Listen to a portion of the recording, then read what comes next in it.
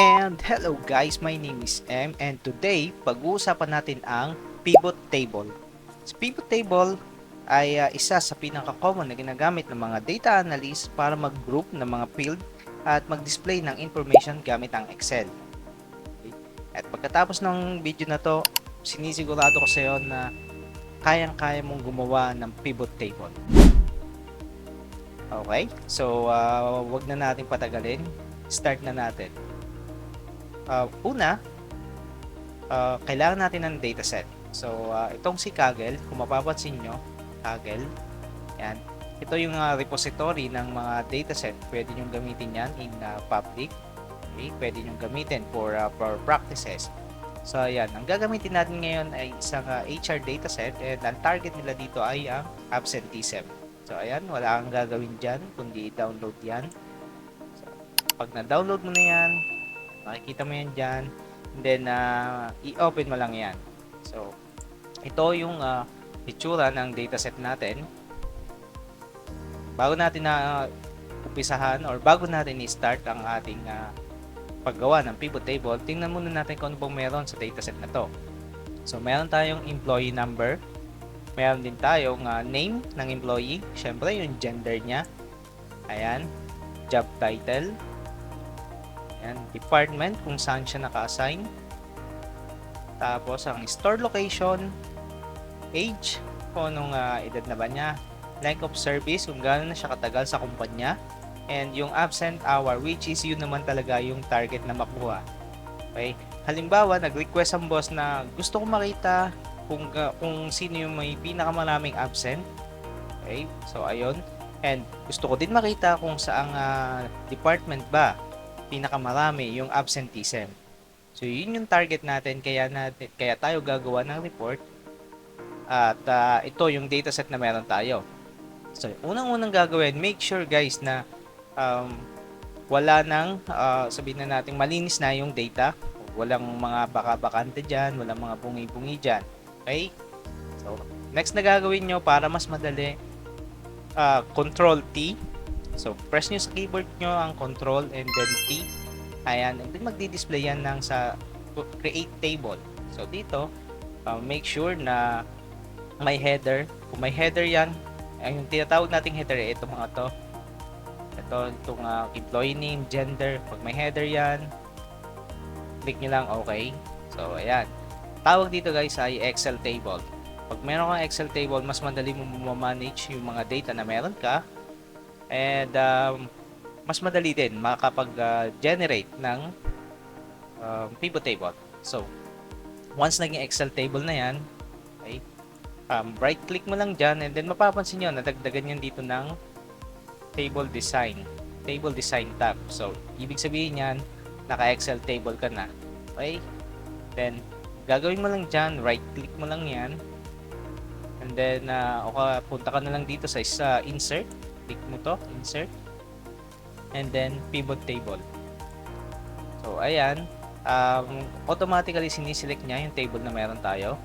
And then, ito. Tapos, click mo itong, pwede kang dito sa existing worksheet. Yan. Or pwede naman new worksheet. Okay? So, para mas malinis, create na lang tayo ng new worksheet. Click natin ang OK.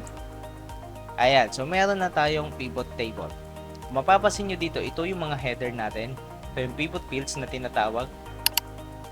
Ayan. And then, ito yung ating mga headers. Kaya kung mapapansin nyo, ano ba gusto ng boss natin? Gusto ng boss natin makita daw kung sino ba yung mataas yung absenteeism. And then, sino bang department. Okay?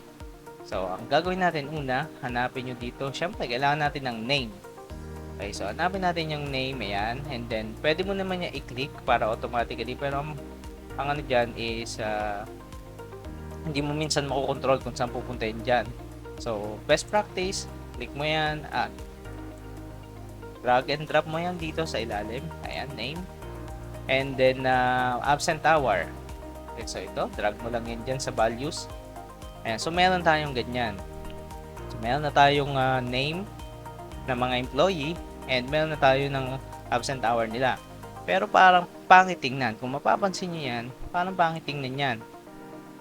So, ang gagawin natin dyan, pwede natin ayusin yan. Okay? Click nyo lang yan. Another keyboard shortcut na uh, tuturo ko ay paano mag-highlight mo mula dito sa cell na to hanggang dun sa ilalim. O sabihin natin hanggang dito sa katapusan. So, click mo lang yan and then press mo yung control, shift, and then down arrow. Ayan, ma-highlight na yan. Tapos, right click mo lang yan and then format cell. Ayan, number. Click natin tong use separator and then zero natin tong decimal. So, click OK and ayan, maganda na. Okay? Ngayon, para mas madali naman, para mas makita mo kasi ito naka-alphabetical. Okay lang naman kung naka-alphabetical pero kung halimbawa, ang gusto ng boss natin makita na sino talaga yung pinakamataas agad. So, madali lang naman yan. So, right click mo lang yan. Right click and then sort largest to smallest. So, ayan. So, may pinakamataas palang absenteeism rate ay si Harold. Ayan, meron siyang 224 hours. Pero parang, kung mapapansin nyo, nakalagay dito sa row ay name. Pero dito sa taas, row label. Okay, so madali lang yan guys. Para ang magre-reflect ng dito ay name, para mas madali nyo makita syempre. Okay, so ang gagawin nyo lang dyan ay punta kayo sa design. Okay, click nyo yan, design. Tapos, report layout and press nyo yung tabular form. Ayan, kung mapapansin nyo, nagbago na siya. Naging name na. Okay? So, meron na tayong isang report na kailangan ng boss natin, tao, at saka yung absent hour niya. So, ayan, meron tayong ganyan. So, pero, ano pa ba yung gusto ng boss natin? Gusto daw ng boss natin ay makita niya kung saang department mataas yung absenteeism rate. So, pwede naman tayo mag-create ng panibagong pivot table or para mas mabilis, i-copy na lang natin to, then baguhin na lang natin yung values niya. So, para mabilis mo makopy yan, press mo ulit yung control shift and then press mo yung right arrow, press mo yung down arrow. So, nakopy na yan lahat. Tapos, press mo yung control C, ayan. And then, after nun, paste mo lang yan dyan. Paste mo yan dyan.